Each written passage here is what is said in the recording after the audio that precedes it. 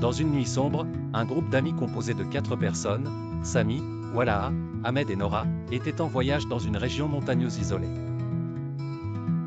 Ils décidèrent d'explorer des chemins secondaires, mais se perdirent et se retrouvèrent dans un endroit étrange. Découverte de la maison alors qu'ils erraient à la recherche d'une sortie, ils aperçurent une vieille maison abandonnée surplombant la vallée.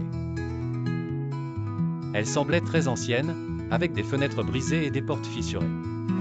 Malgré leur peur, ils décidèrent d'entrer dans la maison à la recherche d'un abri. À l'intérieur de la maison en entrant, ils ressentirent un froid anormal. Les murs étaient couverts d'araignées et de poussière, et les meubles étaient brisés et éparpillés partout.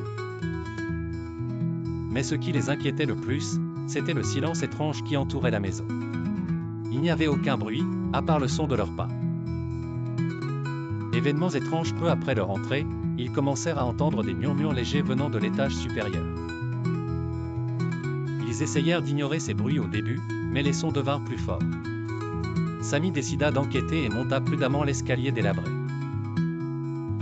Pendant que les autres attendaient en bas, ils ressentirent quelque chose d'étrange s'insinuer dans leur cœur.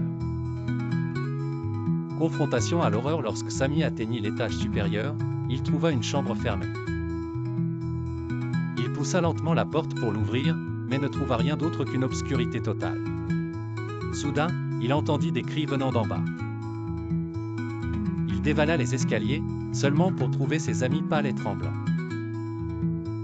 La fin mystérieuse lorsqu'il leur demanda ce qui s'était passé, Walaha lui dit qu'elle avait vu une ombre noire se déplacer derrière eux dans les couloirs. Ils essayèrent de fuir la maison, mais les portes étaient verrouillées comme s'ils étaient piégés. Après de nombreuses tentatives pour s'échapper, ils parvinrent enfin à ouvrir une porte arrière et à courir dehors. Retour à la maison quand ils atteignirent la route principale, ils se retournèrent et ne virent pas la maison.